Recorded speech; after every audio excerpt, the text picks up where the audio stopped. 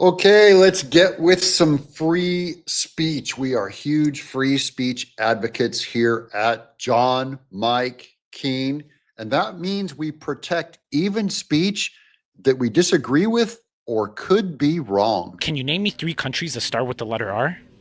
Rectangle. Can you name me a country that's never been colonized? What did you say? Country that's never been colonized. Yellow. Name a country that has never been to war. USA or Germany. That's part of America's free speech tradition, is you have to be allowed to say something that could be incorrect, which is lost on the Democrat Party. And I'd also just like to take a personal note of privilege to say, please keep Dr. Martin Luther King Jr.'s name out of your mouths. Yes. Don't you dare tell me what to keep out of my mouth. I'll quote Martin Luther King all day. He's one of my favorite people to quote. He 100% was talking to people just like me. And you don't get to be the censorship queen just because you're a Democrat. People want us divided, and they aren't just here in this country. They're foreign adversaries who are infiltrating our social media because it is prudent for us to stay that way. Oh, no, it's not foreign adversaries that are trying to keep us divided.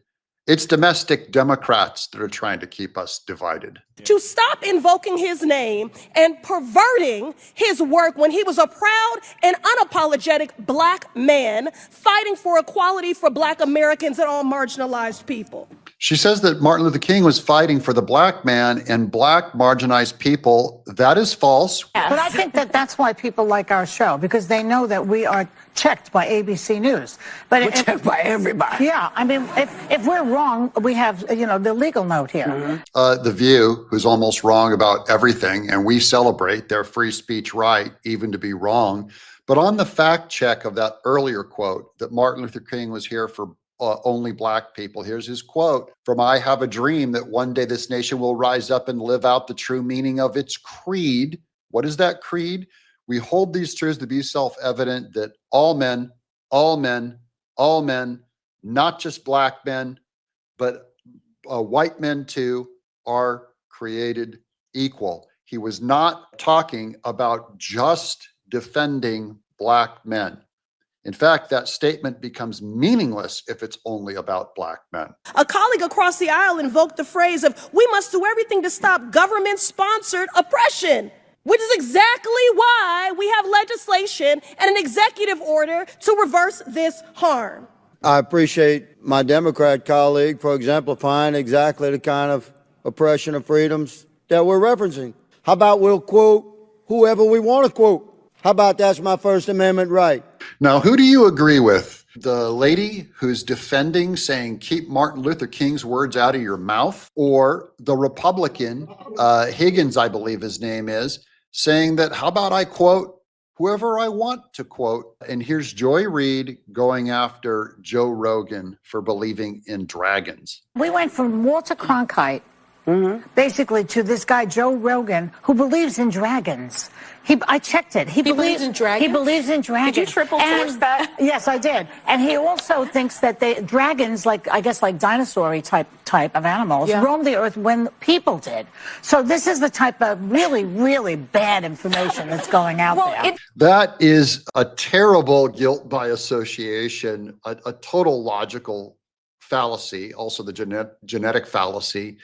That is that if you can poison the source, then it means whatever else they say is also false. All I can say is I can go to any person who I agree with or disagree with on either side of the aisle and find things about them that where I believe that what they believe is false on any fact. It might be that they believe in UFOs. It might be that they believe in ghosts. It might be that they believe that they're hearing messages from God. It might be that they believe in Elvis. It might be that they believe that we've never landed on the moon, or that JFK was shot by our own government.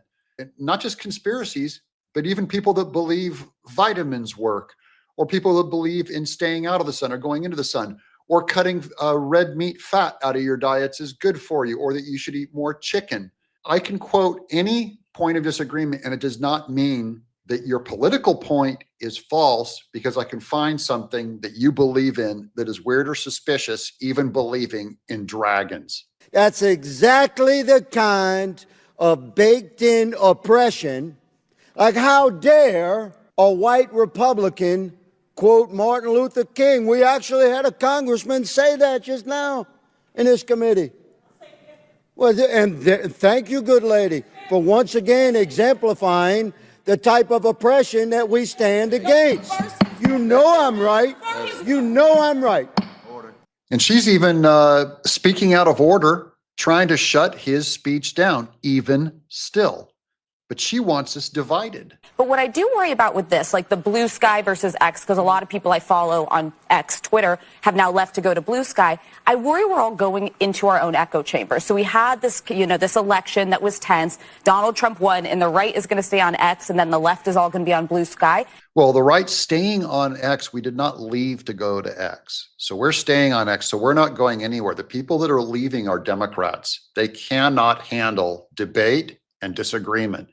The right, Republicans, we've had the blessing of always being opposed by the mainstream. We actually have good practice of tolerance, of healthy challenges that make us defend our position, which I believe is why our positions are easier to defend. That is, we've had to develop arguments instead of just have bully people into forcing them to agree with us with using power. We've never done that. The Democrats do that. That's what they do with culture. They'll fire you. They will cancel you. They will shame you. Their kids will say, if you don't agree with me, or if I disagree with you on who you voted for, I won't come home for Thanksgiving. They bully, and we use logic. Order. Mr. Higgins has the floor. And we will quote who we please to quote.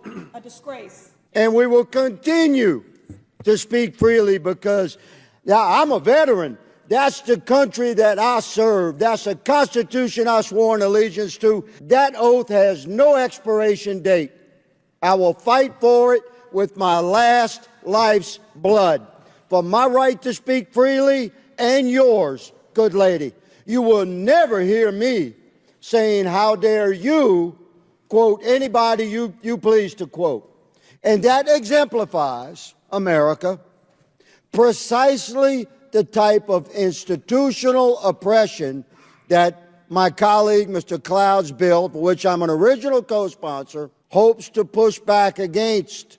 So talking about he's going to curtail the government oppression, and specifically about free speech in social media. They're going after the censorship complex that's on almost every media platform except for X. How do we try to talk to each other?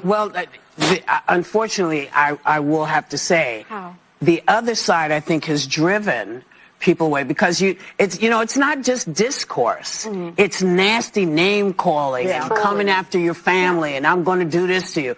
Now let's talk about the nasty discourse that she claims is only in the Republican Party. Who went after people who opposed the trans agenda? Who called us, there's a name for it, homophobe or transphobe? Who came up with that name? That's a nasty name.